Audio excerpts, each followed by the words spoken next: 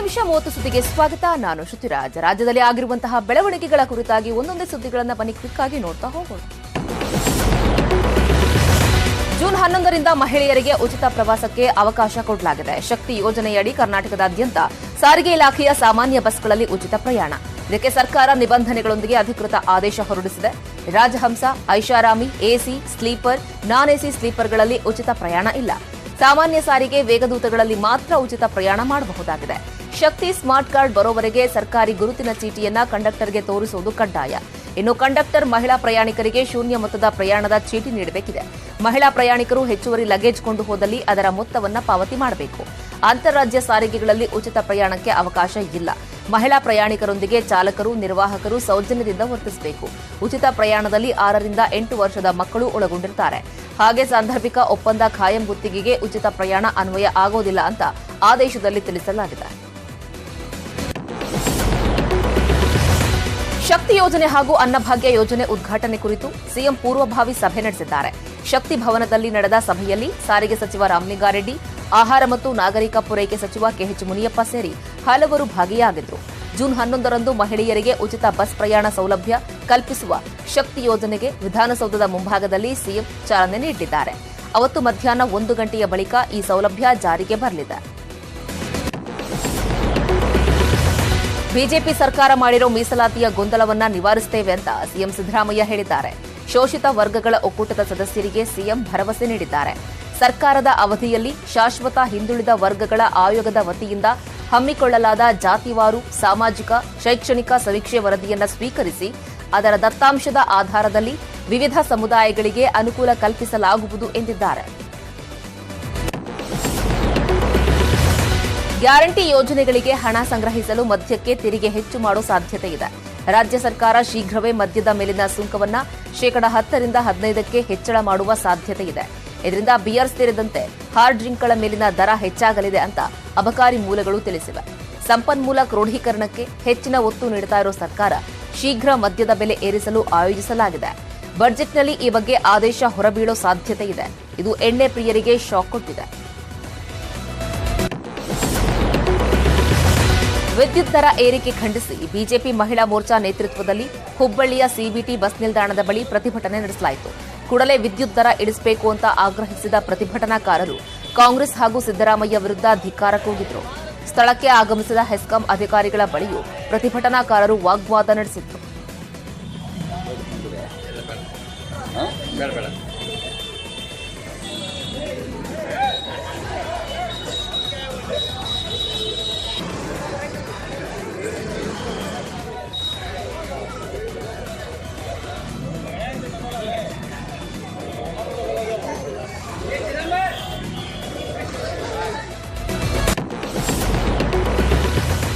ಹುಬ್ಬಳ್ಳಿ ಧಾರವಾಡ ನಡುವೆ ಸಂಚರಿಸೋ ಚಿಗರಿ ಬಸ್ಗಳಲ್ಲಿ ಮಹಿಳೆಯರ ಉಚಿತ ಪ್ರಯಾಣಕ್ಕೆ ಅವಕಾಶ ಇಲ್ಲ.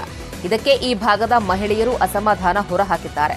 ಹುಬ್ಬಳ್ಳಿ ಧಾರವಾಡ ಜನತೆ ಚಿಗರಿ ಬಸ್ನಲ್ಲಿ ಜಾಸ್ತಿ ಓಡಾಡೋ ಹಿನ್ನೆಲೆಯಲ್ಲಿ ಇಲ್ಲೂ ಫ್ರೀ ಬಿಡಬೇಕು ಅಂತ ಆಗ್ರಹಿಸಿದ್ದಾರೆ. ಬಿಆರ್ಟಿಎಸ್ ಬಸ್ಗಳಲ್ಲಿ ಅವಕಾಶ ಕಲ್ಪಿಸಲು ಸರ್ಕಾರಕ್ಕೆ ಮನವಿ ಮಾಡ್ತೀವಿ ಅಂತ ವಾಯುವ್ಯ ಸಾರಿಗೆ ಸಂಸ್ಥೆ ಎಂಡಿ ಭರತ್ ತಿಳಿಸಿದ್ದಾರೆ.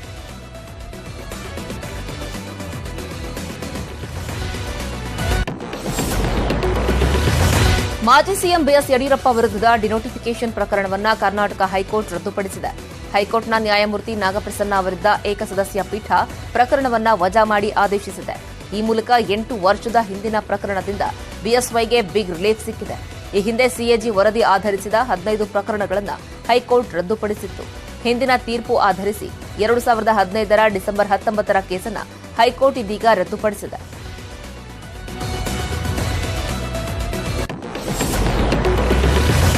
ಕಾನೂನು ಸುವ್ಯವಸ್ಥೆಯ ಎಡಿಜಿಪಿಯಾಗಿದ್ದ ಅಲೋಕ್ ಕುಮಾರ್ರನ್ನ ವರ್ಗಾವಣೆ ಮಾಡಲಾಗಿದೆ. ಟ್ರಾಫಿಕ್ ಮತ್ತು ರಸ್ತೆ ಸುರಕ್ಷತೆ ಎಡಿಜಿಪಿಯಾಗಿ ಅಲೋಕ್ ಕುಮಾರ್ರನ್ನ ವರ್ಗಾಯಿಸಲಾಗಿದೆ. ಕಾನೂನು ಸುವ್ಯವಸ್ಥೆಯ ಎಡಿಜಿಪಿಯಾಗಿ ಹಿತೇಂದ್ರರನ್ನ ನೇಮಕಗೊಳಿಸಿ ಸರ್ಕಾರ ಆದೇಶಿಸಿದೆ. ಸೌಮೇಂದು ಮುಖರ್ಜಿಯನ್ನ ಆಡಳಿತ ವಿಭಾಗಕ್ಕೆ ಎಡಿಜಿಪಿಯಾಗಿ ವರ್ಗಾಯಿಸಲಾಗಿದೆ. ಕಾರು ಡಿಕ್ಕಿ ಹೊಡೆದು ಪಾದಾಚಾರಿ ಸಾವನ್ನಪ್ಪಿರುವ ಘಟನೆ ಹುಬ್ಬಳ್ಳಿಯ ಶಿರಗುಪ್ಪಿ ಗ್ರಾಮದ ಬಳಿ ನಡೆದಿದೆ. ಅಪಘಾತದಲ್ಲಿ ಪಾದಾಚಾರಿ ಸಾವನ್ನಪ್ಪಿದ್ದು ನಡು ರಸ್ತೆಯಲ್ಲಿಯೇ ಶವ ಇಟ್ಟು ಗ್ರಾಮಸ್ಥರು ಪ್ರತಿಭಟನೆ ನಡೆಸಿದರು. ರಸ್ತೆ ದಾಟ್ತಾ ಇದ್ದ ಪಾದಾಚಾರಿ ಬಸವರಾಜ ಮಲನಾಡಗೆ ಹುಬ್ಬಳ್ಳಿ ಕಡೆಯಿಂದ ಗದಗ ಕಡೆಗೆ ಹೋಗ್ತಾ ಇದ್ದ ಕಾರು ಡಿಕ್ಕಿ ಹೊಡೆದಿದೆ. ಸ್ಥಳಕ್ಕೆ ಜಿಲ್ಲಾಧಿಕಾರಿ ತಹಶೀಲ್ದಾರ್ ಭೇಟಿ ಕೊಟ್ಟು ಜನರ ಮನವೊಲಿಸಿದ್ರು.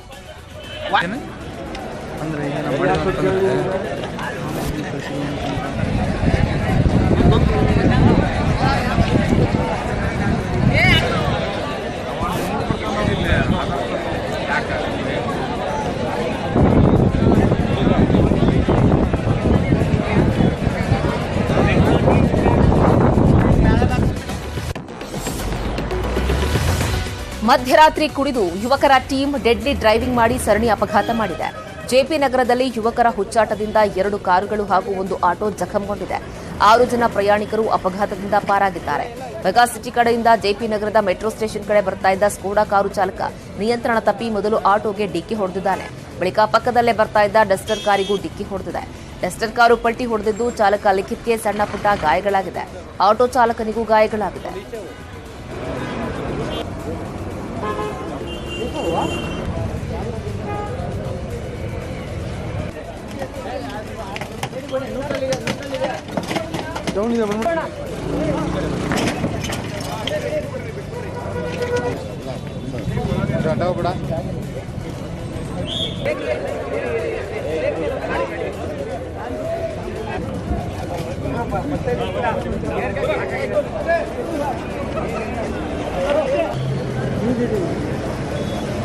ಎಲ್ಲ ಚೆನ್ನಾಗಿದೆ ಲೊಕೇಶನ್.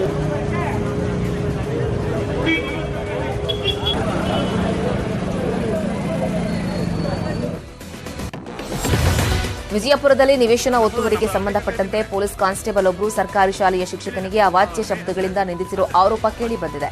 ವಿಜಯಪುರ ನಗರದ ಎಂಬಿ ಪಾಟೀಲ್ ಕಾಲೋನಿಯಲ್ಲಿ ಪಿಸಿ ಅಶೋಕ್ ಮಿಂಚನಾಳ ಅನ್ನೋರು ಶಿಕ್ಷಕ ಚಿದಾನಂದ ಜಿಗಜಣಗಿ ಅನ್ನೋರಿಗೆ ಜೀವ ಬೆದರಿಕೆ ಹಾಕಿದ್ದಾರೆ. ಶಿಕ್ಷಕ ಹಾಗೂ ಪೊಲೀಸ್ ಕಾನ್ಸ್ಟೇಬಲ್ ಇಬ್ಬರು ಕೂಡ ಅಕ್ಕಪಕ್ಕ ನಿವೇಶನ ಹೊಂದಿದ್ದಾರೆ. ಒತ್ತುವರಿ ಮಾಡ್ಕೊಂಡಿದ್ದೀಯಾ ಅಂತ ಪೊಲೀಸಪ್ಪ ಶಿಕ್ಷಕನಿಗೆ ಬೆದರಿಕೆ ಹಾಕಿ ನಿಂದಿಸಿದ್ದಾರೆ.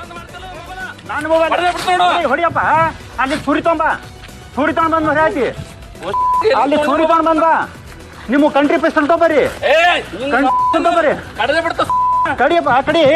ದೊಡ್ಡ ಗೌರ್ಮೆಂಟ್ ಅಧಿಕಾರಿ ಇದ್ರಿ ನೀವು, ಪೊಲೀಸ್ ಡಿಪಾರ್ಟ್ಮೆಂಟ್ ಹೊಡ್ರಿ. ಮೊಬೈಲ್ ಹೊಡಿಬೇಡಿ, ನನ್ನ ಜೀವನ ಹೊಡಿತೀರ ಅಂದಿರಿ ನೀವು. ಮತ್ತೇನದ ನಮ್ ಜಾಗ ಇಲ್ಲ ಅಲ್ಲಿ ಅಲ್ಲಿ ಚೂರಿ ತಗೊಂಬರಿ ಕಂಟ್ರಿ ಪಿಸ್ತಲ್ ಅಂದಿರ್ ತಗೋಬರಿ ನೀವು. ಹಾ ಇಲ್ಲ ನಮ್ಮದು ಜಾಗ್ರಿ ಸರ್ ನಮ್ಮದು ಹಳದೆ ಕಟ್ಲತ್ತೀನಿ ರೀ.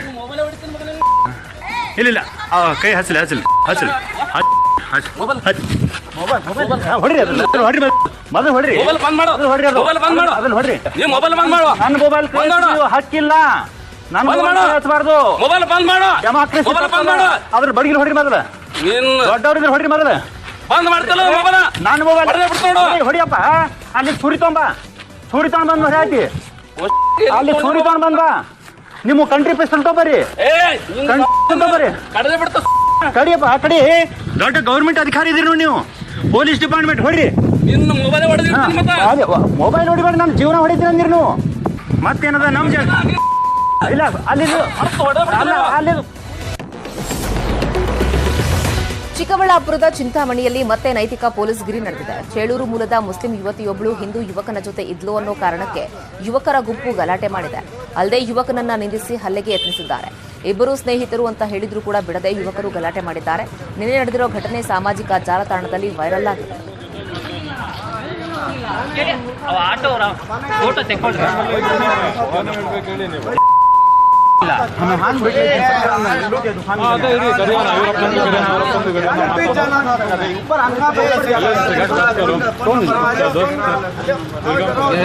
हेलो खड़े फोटो नहीं डालो अन्य मन बुला डालो अरे भाई गाड़ी में बैठा तो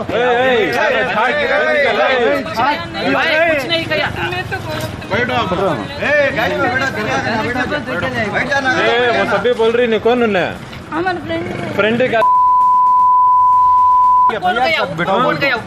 उधर ऊपर नहीं गई, उधर एक गांव वाला है संबंध फ्रेंड भाई ಏನ್ ಫ್ರೆಂಡ್ ಅಲ್ಲಿ ಕೇಳಿ ಫ್ರೆಂಡ್ ಇದ್ರೆ ಕಾಲೇಜಲ್ಲಿ ಫ್ರೆಂಡ್ ಕತೆ ಫ್ರೆಂಡ್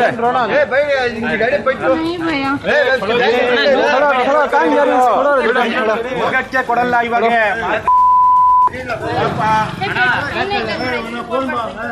मुसलमान होगा तू काम यहाँ क्या उखाड़ना काम उसके जोड़ में तुम ना पहाड़ में है पकड़ा समझ में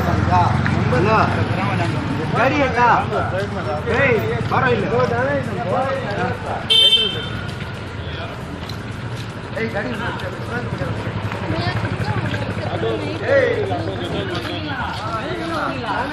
ಅವ ಆಟೋ ಫೋಟೋ ತೆಕ್ಕೊಳ್ರಿ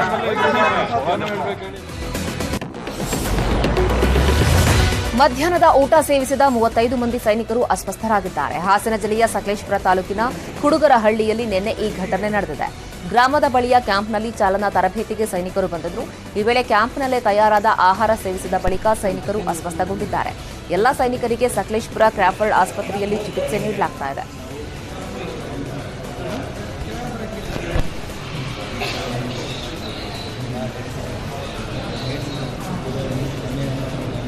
कैमरा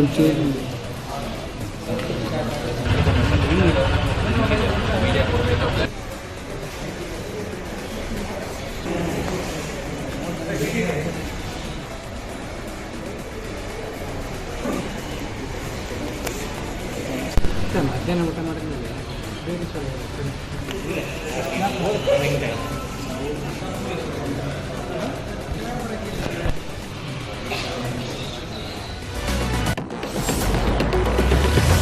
ಯಾದಗಿರಿ ಜಿಲ್ಲೆಯಲ್ಲಿ ಭಾರೀ ಮಳೆಯಾಗಿದೆ. ಮಳೆಯ ಅಬ್ಬರಕ್ಕೆ ಜನತೆ ತತ್ತರಗೊಂಡಿದ್ದಾರೆ. ಮಳೆಯ ಆರ್ಭಟಕ್ಕೆ ಸುರಪುರ ನಗರದ ರಸ್ತೆ ಕೂಡ ಜಲಾವೃತಗೊಂಡಿತ್ತು. ಮರಗಳು ಧರೆಗುರುಳಿತ್ತು. ಅಲ್ಲದೆ ಹಲವು ವಾಹನಗಳು ನೀರಲ್ಲಿ ತೇಲ್ಕೊಂಡು ಹೋಗಿವೆ.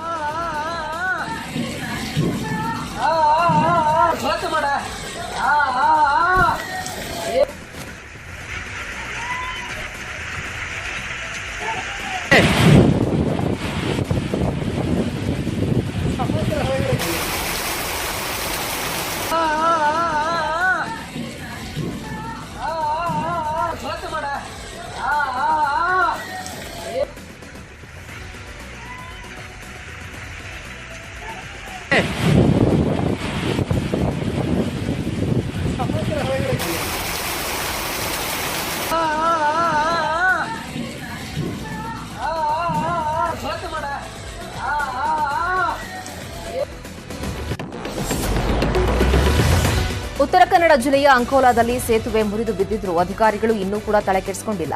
ಅಂಕೋಲಾದಿಂದ ಗೋವಾಕ್ಕೆ ಹೋಗುವ ಮಾರ್ಗದ ಹಟ್ಟಿಕೇರಿ ಬಳಿ ಸೇತುವೆ ಮುರಿದು ಬಿದ್ದಿದೆ. ಕೈಗಾ ಅಣು ವಿದ್ಯುತ್ ಸ್ಥಾವರ ಘಟಕಕ್ಕೆ ತೆರಳುವ ಭಾರೀ ಯಂತ್ರ ಹೊತ್ತು ವಾಹನ ಸಾಗುವಾಗ ಸೇತುವೆ ಬೇರಿಂಗ್ ತುಂಡಾಗಿ ಬಿರುಕು ಬಿಟ್ಟಿತ್ತು. 20 ದಿನ ಆದರೂ ಕೂಡ ಗುತ್ತಿಗೆ ಕಂಪನಿ ಈ ಬಗ್ಗೆ ತಲೆಕೆಡಿಸಿಕೊಂಡಿಲ್ಲ. ಹಳೆ ಸೇತುವೆ ಬೇಡ, ಹೊಸ ಸೇತುವೆ ಮಾಡಿಕೊಡಿ ಅಂತ ಗ್ರಾಮಸ್ಥರು ಒತ್ತಾಯಿಸುತ್ತಿದ್ದಾರೆ. ಅಪಘಾತ ಸಂಭವಿಸುವ ಮೊದಲೇ ಜಿಲ್ಲಾಡಳಿತ ಎಚ್ಚೆತ್ತುಕೊಳ್ಳಬೇಕಿದೆ. ಹಟ್ಟಿಕೇರಿ ಬ್ರಿಡ್ಜ್ ಪಾಂಡವಪುರ ಬ್ರಿಡ್ಜ್ ಅಂತಾರೆ. ನ್ಯಾಷನಲ್ 66ರಲ್ಲಿದೆ. ಇದು 138 ಚಕ್ರದ ವಾಹನ ಹೋಗಿ ಕಟ್ಟಾಗಿದೆ. ಅದು ವಾಹನ ಬಿಡಬೇಕಾದ್ರೆ ಅವರು ಸ್ವಲ್ಪ ಪರಿಶೀಲನೆ ಮಾಡಿ ಬಿಡಬೇಕಿತ್ತು. 50-60 ವರ್ಷದ ಹಿಂದಿನ ಬ್ರಿಡ್ಜ್ ಇದು. ಯಾಕಂದರೆ ಈಗ ಮೂಲಗಳ ಪ್ರಕಾರ ತಿಳಿದು ಬಂದರೆ ಇದು ಬ್ರಿಡ್ಜನ್ನು ರಿಪೇರಿ ಮಾಡ್ತೇವೆ ಅಂತೇಳಿ. ರಿಪೇರಿ ಮಾಡಿದ್ರೆ ಆಗೋದಿಲ್ಲ. ಯಾಕಂದರೆ ಹೊಸ ಬ್ರಿಡ್ಜೇ ಮಾಡಬೇಕು. ಜನರದ ಜೀವದ ಮೇಲೆ ಆಟ ಆಡಬಾರ್ದು. ಯಾಕಂದರೆ ಇಲ್ಲಿ ಗೋವಾ ಹತ್ತಿರ ಇರೋದ್ರಿಂದ ಪ್ರವಾಸಿಗರು ಕೂಡ ಭಾಳ ಓಡಾಡ್ತಾರೆ. ಅದಕ್ಕಾಗಿ ನೀವು ಹೊಸ ಬ್ರಿಡ್ಜ್ ಮಾಡಬೇಕು, ಇಲ್ಲ ಅದನ್ನು ನಾವು ಹೋರಾಟ ಮಾಡ್ತೀವಿ. ದುರಸ್ತಿ ಮಾಡಿದ್ರೆ ಇಲ್ಲ, ಭಾಳ 50-60 ವರ್ಷದ ಹಿಂದಿನ ಬ್ರಿಡ್ಜ್ ಇದು. ದುರಸ್ತಿ ಮಾಡಿದ್ರೆ ಪುನಃ ಇದೇ ರೀತಿ ಆಗ್ಬೋದು. ಯಾಕಂದರೆ ನ್ಯಾಷನಲ್ ಹೈವೇಯ ಒಂದು ಪುರಾತನ ಬ್ರಿಡ್ಜ್ ಇತ್ತು. ಅದನ್ನು ಬಳಸ್ಕೊಂಡು ನಮ್ಮ 4 ಪಥದ ಕಾಮಗಾರಿಯನ್ನು NHAI ಮಾಡಿತ್ತು. ಪ್ಯಾರಲಲ್ ಆಗಿ ಹೊಸ ಬ್ರಿಡ್ಜ್ ರೆಡಿ ಇದೆ. ಅದರಲ್ಲಿ ಕೂಡ ಟ್ರಾಫಿಕ್ ಮೂವ್ಮೆಂಟ್ ಆಗ್ತಾಯಿದೆ. ಹಳೆ ಬ್ರಿಡ್ಜಲ್ಲಿ ಒಂದು ಹೆವಿ ಮಷಿನರಿ ಮೂವ್ಮೆಂಟ್ ಟೈಮಲ್ಲಿ ಸ್ವಲ್ಪ ಬಿರುಕು ಬಂದಿರತಕ್ಕಂಥ ವಿಷಯ ಗಮನಕ್ಕೆ ಬಂದ ತಕ್ಷಣ NHAIನ ದೆಹಲಿಯಿಂದ ಒಂದು ತಂತ್ರಜ್ಞರ ತಂಡ ಬಂದಿತ್ತು. ಅದರಲ್ಲಿ Indian institute of science Bengaluru ಅವರ ಪ್ರೊಫೆಸರ್ ಕೂಡ ಒಬ್ಬರಿದ್ದರು. ಎಲ್ಲರೂ ಅದನ್ನು ಪರಿಶೀಲನೆಯನ್ನು ಮಾಡಿದ್ದಾರೆ. ಮಾಡಿ ಅದನ್ನು ಕೆಳಗಡೆ ಏನು ಪಿಲ್ಲರ್ಸ್ ಏನಿದೆ ಆ ಪಿಲ್ಲರ್ಸು ಇನ್ನೂ ಶಕ್ತಿಯುತವಾಗಿದೆ, ಅದು ಭಾರವನ್ನು ತಡೆಯುತ್ತೆ ಅಂತ ಪ್ರಾಥಮಿಕ ಅಭಿಪ್ರಾಯವನ್ನು ವ್ಯಕ್ತಪಡಿಸಿದ್ದಾರೆ. ಅರಬ್ಬಿ ಸಮುದ್ರದಲ್ಲಿ ಬಿಪೋರ್ಜಾಯ್ ಚಂಡಮಾರುತದ ಹಿನ್ನೆಲೆಯಲ್ಲಿ ಕರ್ನಾಟಕ ಸೇರಿದಂತೆ 3 ರಾಜ್ಯಗಳಲ್ಲಿ ಬಿರುಗಾಳಿ ಮಳೆಯ ಎಚ್ಚರಿಕೆಯನ್ನು ಕೊಡಲಾಗಿದೆ. ಕರ್ನಾಟಕ, ಮಹಾರಾಷ್ಟ್ರ, ಗೋವಾ ಕರಾವಳಿಯಲ್ಲಿ ಸೈಕ್ಲೋನ್ನ ಭೀತಿ ಶುರುವಾಗಿದೆ. ಚಂಡಮಾರುತದ ಹಿನ್ನೆಲೆಯಲ್ಲಿ ಮೀನುಗಾರರು ತಕ್ಷಣವೇ ದಡ ಸೇರುವಂತೆ ಹವಾಮಾನ ಇಲಾಖೆ ಸೂಚನೆ ಕೊಟ್ಟಿದೆ. ಇವತ್ತು ಕರಾವಳಿಗೆ ಚಂಡಮಾರುತ ಅಪ್ಪಳಿಸಲಿರುವ ಸಾಧ್ಯತೆಯಿದೆ. ಗಂಟೆಗೆ 60 ಕಿಲೋಮೀಟರ್ ವೇಗದಲ್ಲಿ ಗಾಳಿ ಬೀಸುವ ಸಾಧ್ಯತೆಯಿದ್ದು ಸೈಕ್ಲೋನ್ನಿಂದ ಮುಂಗಾರು ಮಳೆ ವಿಳಂಬವಾಗುವ ಸಾಧ್ಯತೆಯಿದೆ. ಇನ್ನೆರಡು ದಿನ ರಾಜ್ಯದ ದಕ್ಷಿಣ ಕನ್ನಡ, ಉಡುಪಿ, ಉತ್ತರ ಕನ್ನಡ, ಶಿವಮೊಗ್ಗ, ಚಿಕ್ಕಮಗಳೂರು, ಕೊಡಗಿನಲ್ಲಿ ಭಾರೀ ಮಳೆಯಾಗುವ ಸಾಧ್ಯತೆ ಇದೆ. ಬೆಂಗಳೂರಿನಲ್ಲೂ ಕೂಡ 2 ದಿನ ವರುಣ ಅಬ್ಬರಿಸುವ ಸಾಧ್ಯತೆ ಇದೆ.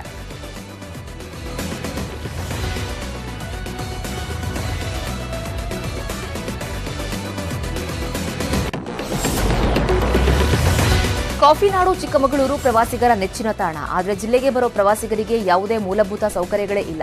ಪ್ರವಾಸಿಗರಿಗೆ ಸೌಲಭ್ಯ ಒದಗಿಸುವಲ್ಲಿ ಜಿಲ್ಲಾಡಳಿತ ಹಾಗೆ ಪ್ರವಾಸೋದ್ಯಮ ಇಲಾಖೆ ಸಂಪೂರ್ಣ ವಿಫಲವಾಗಿದೆ. ಮುಳ್ಳಯ್ಯನಗಿರಿ, ಸೀತಾಳಯ್ಯನಗಿರಿ ದತ್ತಪೀಠಕ್ಕೆ ಬರುವ ಪ್ರವಾಸಿಗರಿಗೆ ಶೌಚಾಲಯ, ಕುಡಿಯೋ ನೀರು ಸೇರಿದಂತೆ ಮೂಲಭೂತ ಸೌಲಭ್ಯಗಳೇ ಸಿಗ್ತಾ ಇಲ್ಲ. ಇನ್ನು ಕೆಲವೆಡೆ ಇರುವ ಶೌಚಾಲಯಕ್ಕೆ ನಿರ್ವಹಣೆಗೆ ಸಿಬ್ಬಂದಿ ಇಲ್ಲದೆ ಸ್ವಚ್ಛತೆಯನ್ನೇ ಕಾಪಾಡಿಲ್ಲ. ಟೂರಿಸ್ಟ್ಗಳು ಬರ್ತಾರೆ. ಸ್ಯಾಟರ್ಡೆ ಸಂಡೇ ಅಂತೂ ತುಂಬ, ಈಗ ಮೊದಲು ಇನ್ ಸ್ಟೇಟ್ ಬರ್ತಾ ಇದ್ರು, ಈಗ ಔಟ್ ಸ್ಟೇಟ್ ಎಲ್ಲ ತುಂಬ ಜನ ಬರ್ತಾ ಇದ್ದಾರೆ. ಅಲ್ಲೇ ಸ್ವಲ್ಪ ಮೇಂಟೆನೆನ್ಸ್ ಮಾಡಿದ್ರೆ ಒಳ್ಳೆಯದು. ಕಸ ಆಗಿರ್ಬೋದು ಅವೆಲ್ಲ ಸ್ವಲ್ಪ ಮೇಂಟೆನೆನ್ಸ್ ಮಾಡಬೇಕು. ಮತ್ತು ಮೇನ್ ವಾಶ್ರೂಮು ಲೇಡೀಸಿಗೆ ನಮಗೆ ತುಂಬಾ ಕಷ್ಟ ಆಗುತ್ತೆ ಇಲ್ಲಿ ಬಂದಾಗ. ಅದು ಪೀಕಲ್ಲಿ ಇರ್ತೀವಿ, ಇಲ್ಲೆಲ್ಲ ಓಪನ್ ಸ್ಪೇಸ್ ಥರ ಇರುತ್ತೆ, ಇಲ್ಲೆಲ್ಲೂ ಹೊರಗೆ ಹೋಗೋಕ್ಕೂ ಆಗಲ್ಲ. ಹಾಗಾಗಿ ವಾಶ್ರೂಮಿಂದ ಒಂದು ವ್ಯವಸ್ಥೆ ಮಾಡಿಕೊಡಿ ಅಂತ ಹೇಳ್ಬಿಟ್ಟು ಈ ಮೂಲಕ ಕೇಳ್ಕೊತೀವಿ. ಮೇನ್ ವಾಶ್ರೂಮ್ ಇಲ್ಲ ಅದು ಬೇಕು ಅದು ಲೇಡೀಸಿಗೆ. ಮತ್ತು ಅದು ಮೇಂಟೈನ್ ಮಾಡಿಕೊಂಡು ಕ್ಲೀನಾಗಿ ನೋಡ್ಕೊಂಬಂಥದ್ದು ಆಗಬೇಕು. ಹಾಗಾಗಿ ಇಲ್ಲಿ ಲೇಡೀಸಿಗೆ ತುಂಬ ಕಷ್ಟ ಆಗ್ತಾ ಇದೆ. ಔಟ್ ಆಫ್ ಸ್ಟೇಟಿಂದನೂ ಬರ್ತಾರೆ, ತುಂಬ ಫಾರಿನರ್ಸು ಬರ್ತಾರೆ. ಅವರಿಗೆಲ್ಲ ಕರ್ನಾಟಕ ಹಿಂಗೆ ಹೋಗಿದ್ವಿ, ಅಲ್ಲೊಂದು ವಾಶ್ರೂಮ್ ಇಲ್ಲ, ಹಂಗಿಲ್ಲ ಅಂತ ಕೆಟ್ಟದಾಗಿ ಇನ್ನೊಂದು ದೇಶದಲ್ಲಿ ಹೇಳ್ಬಾರ್ದು. ಚೆನ್ನಾಗಿರ್ತದೆ. ಜೈಲು ವಾಸ ಅನುಭವಿಸ್ತಾ ಇರೋ ಮಾಜಿ ಶಿಕ್ಷಣ ಸಚಿವ, ಮಾಜಿ ಡಿಸಿಎಂ ಮನೀಶ್ ಸಿಸೋಡಿಯಾ ಸ್ಥಿತಿ ನೆನೆದು ದೆಹಲಿಯ ಸಿಎಂ ಕೇಜ್ರಿವಾಲ್ ಕಣ್ಣೀರಿಟ್ಟಿದ್ದಾರೆ. ಶಿಕ್ಷಣ ಕ್ಷೇತ್ರದಲ್ಲಿ ಸಿಸೋಡಿಯಾ ಮಾಡಿದ ಕಾರ್ಯಗಳನ್ನು ನೆನೆದು ದೆಹಲಿ ಸಿಎಂ ಭಾವುಕರಾದರು. ಹೊಸ ಶಾಲೆಯನ್ನ ಉದ್ಘಾಟನೆ ಮಾಡಿ ಮಾತನಾಡ್ತಾ ಗೆಳೆಯ ಸಿಸೋಡಿಯಾ ಅವರನ್ನ ಮಿಸ್ ಮಾಡ್ಕೊಳ್ತಾ ಇದ್ದೇನೆ ಅಂತ ಹೇಳ್ತಾ ಕಣ್ಣೀರಿಟ್ಟರು. Welcome back. ಬನ್ನಿ ಇನ್ನುಳಿದಿರುವ ಸುದ್ದಿಗಳನ್ನ ಕ್ವಿಕ್ ಆಗಿ ಒಂದೊಂದಾಗಿ ನೋಡ್ತಾ ಹೋಗೋಣ. ವಾಟ್ಸ್ಆಪ್ನಲ್ಲಿ ವಿವಾದಾತ್ಮಕ ಸ್ಟೇಟಸ್ ಹಾಕಿದ್ರು ಅಂತ ಇಬ್ಬರ ವಿರುದ್ಧ ಕ್ರಮಕ್ಕೆ ಆಗ್ರಹಿಸಿ ಹಿಂದೂ ಸಂಘಟನೆಗಳು ನಿನ್ನೆ ಮಹಾರಾಷ್ಟ್ರದಲ್ಲಿ ಬೃಹತ್ ಪ್ರತಿಭಟನೆ ನಡೆಸಿದ್ವು. ಮಹಾರಾಷ್ಟ್ರದ ಕೊಲ್ಹಾಪುರದಲ್ಲಿ ನೂರಾರು ಹಿಂದೂ ಕಾರ್ಯಕರ್ತರು ಪ್ರತಿಭಟನೆ ನಡೆಸಿ ಧರಣಿ ಕೂತಿದ್ರು. ಈ ವೇಳೆ ಪ್ರತಿಭಟನಾ ನಿರತರನ್ನ ಚದುರಿಸುವುದಕ್ಕೆ ಪೊಲೀಸರು ಲಘು ಲಾಠಿ ಪ್ರಹಾರವನ್ನು ಕೂಡ ನಡೆಸಿದ್ರು. ಔರಂಗಜೇಬ್ ಮತ್ತು ಟಿಪ್ಪು ಸುಲ್ತಾನ್ ಅವರ ಪೋಸ್ಟರ್ಗಳೊಂದಿಗೆ ಕೆಲವರು ಸಂಭ್ರಮಿಸ್ತಾ ಇದ್ದ ವಿಡಿಯೋ ಇದೀಗ ವಿವಾದಕ್ಕೆ ಕಾರಣ ಆಗಿದೆ. ಇನ್ನು ಕೊಲ್ಹಾಪುರದಲ್ಲಿ ಮುನ್ನೆಚ್ಚರಿಕಾ ಕ್ರಮವಾಗಿ ನಿಷೇಧಾಜ್ಞೆ ಜಾರಿ ಮಾಡಲಾಗಿದೆ. ಅಲ್ಲದೆ ನಗರದಾದ್ಯಂತ 31 ಗಂಟೆಗಳ ಕಾಲ ಇಂಟರ್ನೆಟ್ ಸೇವೆಯನ್ನು ಕೂಡ ಸ್ಥಗಿತಗೊಳಿಸಲಾಗಿದೆ.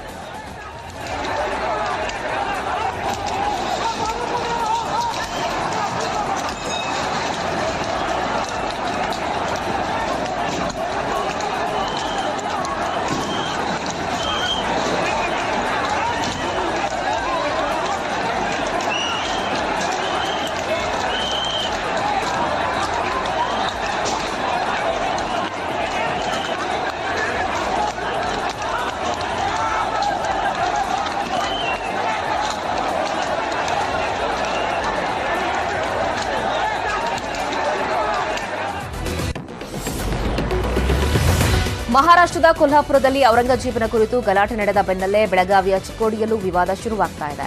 ಔರಂಗಜೇಬ್ನನ್ನ ಬೆಂಬಲಿಸಿ ಸ್ಟೇಟಸ್ ಹಾಕಿದ ವ್ಯಕ್ತಿಯ ಮೇಲೆ ನಿಪ್ಪಾಣಿ ಠಾಣೆಯಲ್ಲಿ ದೂರು ದಾಖಲಾಗಿದೆ. ನಿಪ್ಪಾಣಿಯ ಜುನೈಲ್ ಅನ್ನೋರ ವಿರುದ್ಧ ದೂರು ದಾಖಲಾಗಿರುವುದು. ಬೆಳಗಾವಿ ಜಿಲ್ಲೆಯ ನಿಪ್ಪಾಣಿ ಸೇರಿದಂತೆ ಕೊಲ್ಹಾಪುರದ ಗಡಿಯಲ್ಲಿ ಪೊಲೀಸ್ ಹೈ ಅಲರ್ಟ್ ಇದೆ. ಬೆಳಗಾವಿ ಮಹಾರಾಷ್ಟ್ರ ಗಡಿಯ ನಿಪ್ಪಾಣಿ, ಕುಗನೊಳ್ಳಿ, ಬೋರಗಾವ, ಎಕ್ಸಂಭ, ಅಕ್ಕೋಳ ಸೇರಿದಂತೆ ಹಲವು ಗ್ರಾಮಗಳಲ್ಲಿ ಪೊಲೀಸರು ಪರೇಡ್ ಮಾಡಿದ್ದಾರೆ. ಶಾಂತಿ ಸುವ್ಯವಸ್ಥೆ ಹದಗೆಡುವ ನಿಟ್ಟಿನಲ್ಲಿ ಯುವಕರು ಸ್ಟೇಟಸ್ಗಳನ್ನು ಹಾಕಬಾರದು ಅಂತ ಪೊಲೀಸರು ಮನವಿ ಮಾಡಿಕೊಂಡಿದ್ದಾರೆ.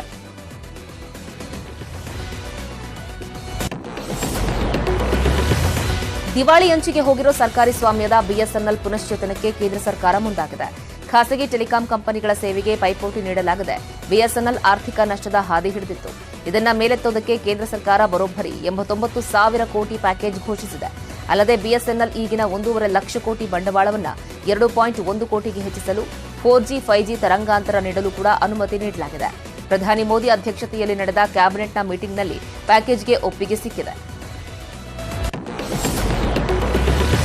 15 ಧಾನ್ಯಗಳ ಬೆಂಬಲ ಬೆಲೆ ಹೆಚ್ಚಳ ಮಾಡಬೇಕು ಅಂತ ಕೇಂದ್ರ ಸರ್ಕಾರ ಸಂಪುಟ ನಿರ್ಧರಿಸಿದೆ.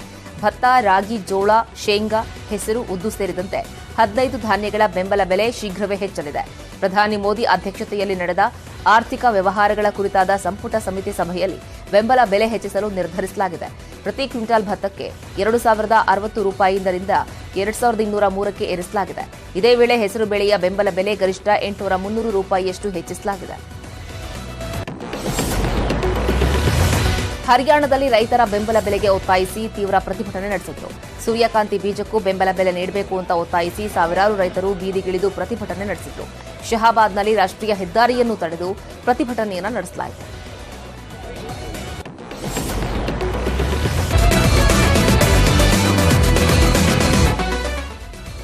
Welcome back. ಬನ್ನಿ ಇನ್ನುಳಿದ 5 ಸುದ್ದಿಗಳನ್ನು ಕ್ವಿಕ್ ಆಗಿ ಒಂದೊಂದಾಗಿ ನೋಡ್ತಾ ಹೋಗೋಣ. ಪ್ರಧಾನಿ ನರೇಂದ್ರ ಮೋದಿ ಇದೇ ತಿಂಗಳು ಈಜಿಪ್ಟ್ಗೆ ಭೇಟಿ ನೀಡುವ ಸಾಧ್ಯತೆ ಇದೆ. 2014ರಲ್ಲಿ ಪ್ರಧಾನಿಯಾದ ಬಳಿಕ ನರೇಂದ್ರ ಮೋದಿ ಅವರು ಆಫ್ರಿಕಾಕ್ಕೆ ನೀಡ್ತಾ ಇರುವ ಮೊದಲ ಭೇಟಿ ಇದಾಗಿದೆ. ವ್ಯಾಪಾರ, ಹೂಡಿಕೆ, ಕೃಷಿ ಮತ್ತು ರಕ್ಷಣೆ ಸೇರಿದಂತೆ ಹಲವು ಕ್ಷೇತ್ರಗಳಲ್ಲಿ ಸಹಕಾರವನ್ನು ಹೆಚ್ಚಿಸಲು ಈ ಭೇಟಿಯನ್ನ ನಿರ್ಧರಿಸಲಾಗಿದೆ ಎಂದು ಮೂಲಗಳು ತಿಳಿಸಿವೆ.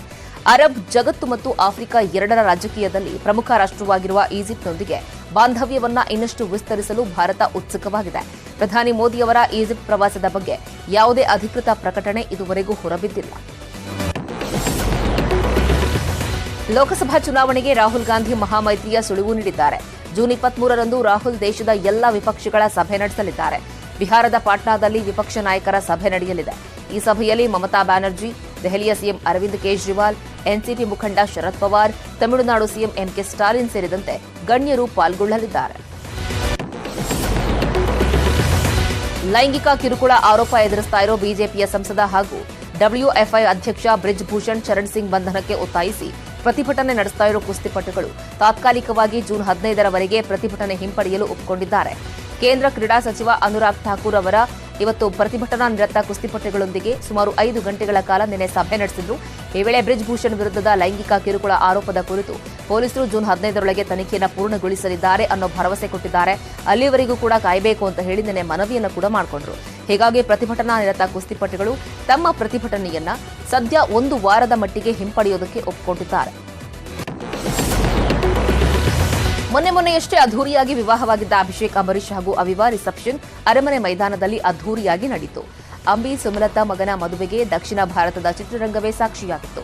ಸಿಎಂ ಸಿದ್ದರಾಮಯ್ಯ ಸೇರಿದಂತೆ ಸಚಿವರು, ಶಾಸಕರು, ಕಾಶ್ಮೀರದ ಮಾಜಿ ಸಿಎಂ ಫಾರೂಕ್ ಅಬ್ದುಲ್ಲಾ, ಗುಲಾಂ ನಬಿ ಆಜಾದ್, ತಮಿಳು ನಟ ಸೂರ್ಯ, ಚಿರಂಜೀವಿ ಸೇರಿದಂತೆ ಗಣ್ಯಾತಿ ಗಣ್ಯರು ಪಾಲ್ಗೊಂಡಿದ್ರು.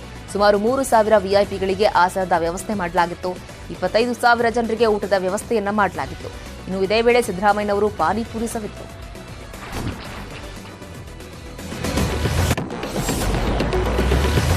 ಭಾರತ ಆಸ್ಟ್ರೇಲಿಯಾ ನಡುವೆ ಇಂಗ್ಲೆಂಡ್ನ ದಿ ಓವಲ್ ಮೈದಾನದಲ್ಲಿ ವಿಶ್ವ ಟೆಸ್ಟ್ ಚಾಂಪಿಯನ್ಶಿಪ್ ಫೈನಲ್ ಪಂದ್ಯ ನಡೀತಾ ಇದೆ. ಭಾರತದ ವಿರುದ್ಧ ಮೊದಲ ದಿನವೇ ಆಸೀಸ್ ಮೇಲುಗೈ ಸಾಧಿಸಿದೆ. ಟ್ರಾವಿಸ್ ಹೆಡ್ ಶತಕ ಹಾಗೂ ಸ್ಟೀವ್ ಸ್ಮಿತ್ ಆಕರ್ಷಕ ಅರ್ಧಶತಕದ ನೆರವಿನಿಂದ ಮೊದಲ ಇನ್ನಿಂಗ್ಸ್ನಲ್ಲಿ ದೊಡ್ಡ ಮೊತ್ತ ಕಲೆ ಹಾಕುವತ್ತ ಆಸ್ಟ್ರೇಲಿಯಾ ಹೆಜ್ಜೆ ಹಾಕಿದೆ. 4ನೇ ವಿಕೆಟ್ಗೆ ಸ್ಮಿತ್ ಹಾಗೂ ಹೆಡ್ ಅಜಯ್ಯ 251 ರನ್ ಜೊತೆಯಾಟ ಆಡಿ ಟೀಂ ಇಂಡಿಯಾ ಬೌಲರ್ಗಳ ಬೆವರಿಳಿಸಿದ್ರು. ಮೊದಲ ದಿನ ಆಸೀಸ್ 3 ವಿಕೆಟ್ ನಷ್ಟಕ್ಕೆ 327 ರನ್ ಗಳಿಸಿದೆ. ಟ್ರಾವಿಸ್ ಹೆಡ್ ಹಾಗೂ ಸ್ಟೀವ್ ಸ್ಮಿತ್ ಕ್ರೀಸ್ನಲ್ಲಿದ್ದಾರೆ.